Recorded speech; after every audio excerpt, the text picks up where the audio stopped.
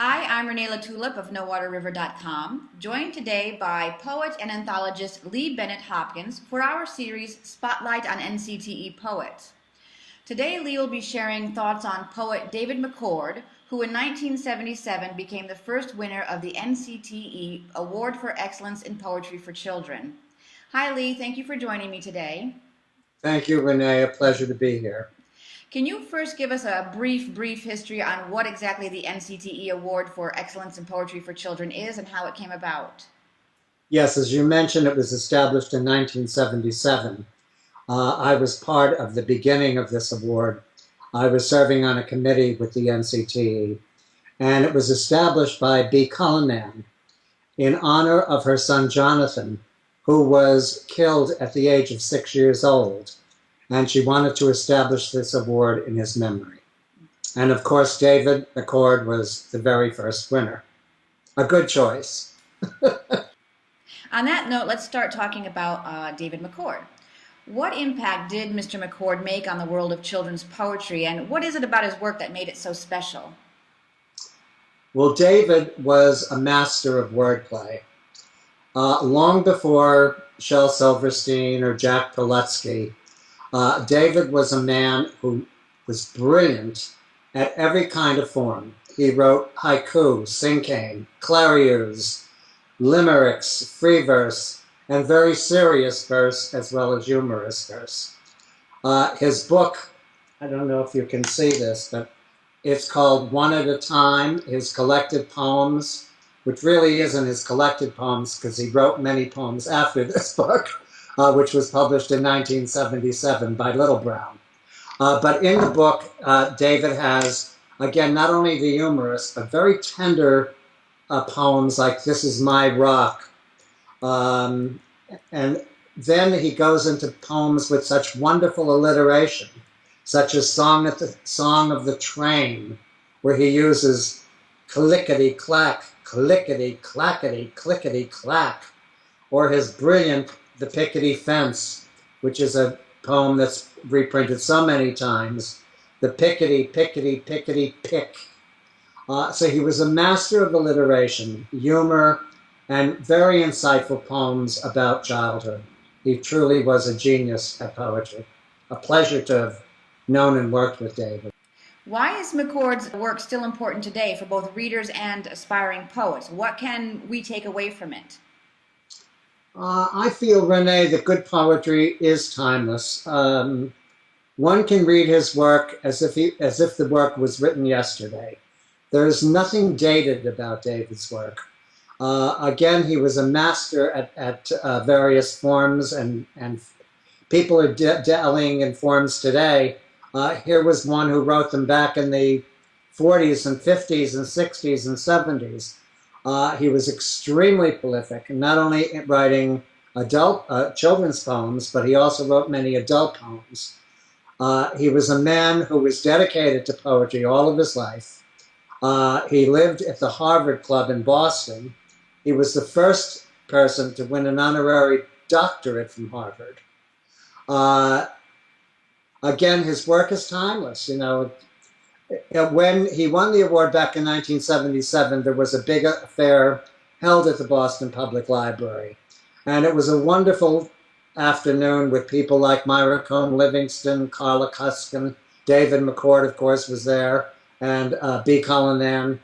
And I can still hear him reading some of his poems in my head. We had enormous correspondence during the years that he was alive. He was charming, he was witty, and so dedicated to the craft. You don't find that as much as you do today. Well, did you work with David McCord yourself at some point? I didn't work with him. I often used his work in my anthologies. We appeared together at conferences during many years. I knew him and loved him. As I said, he was extremely witty and of delight to be with. And at the drop of a pen, he could recite in one at a time. I don't know, there are hundreds and hundreds of poems. At a drop of a pen, he could recite any of them, and he would. And it was a delight to listen. It's always wonderful to hear a poet reading their own work. It's tragedy that they're not preserved. You know, they weren't recorded. It would be such a wonderful thing to have. And with all the technology today, we're still not doing it with our poets. And it should be done. Hey, I'm trying. You do a good job. But again, to hear the poet reading their own work, there's nothing like it. Brings a whole new meaning off the page. Now, Lee, do you have a favorite quote or a bit of advice from David McCord? Well, back in the late 1960s, when I did Books Are by People, which was interviews with 105 authors and illustrators, naturally I included a lot of poets. And I was in touch with David, of course, and I asked him, could he define poetry for me? And he said, Lee, it's such an enormous definition, I'd have to write it for you. He wrote me, and I'll read his definition of poetry. And I've shared this with audiences throughout the country. And Renee, I truly do not feel there is a better, more beautiful definition of poetry that's ever been said or read by anyone other than David, when he wrote me this. Poetry is so many things besides a shiver down the spine. It is a new day lying on a new doorstep. It is what will stir the weariest mind to write. It is the inevitable, said so casually that the reader or listener thinks he said it himself. It is the fall of syllables that run as easily as water flowing over a dam. It is fireflies in May, apples in October, the wood fire burning when one looks up from an open book. It is the best dream from which one ever waked too soon. It is Peer Gynt and Moby Dick in a single line. It is the best translation of words that do not exist.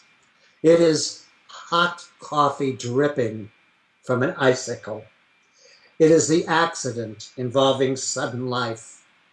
It is the calculus of the imagination. It is the finishing touch to what one could not finish.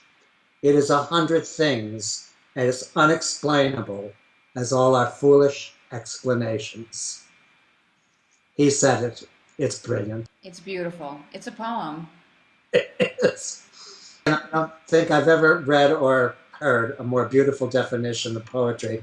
I particularly love the last line. It is 100 things as unexplainable as all our foolish explanations. Because we tend to explain poetry, and it should just be read and loved from the heart. Lee, thank you so much for sharing your memories and your thoughts about David McCord.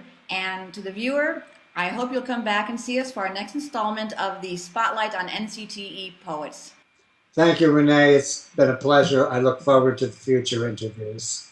Me too. See you next time. Bye-bye.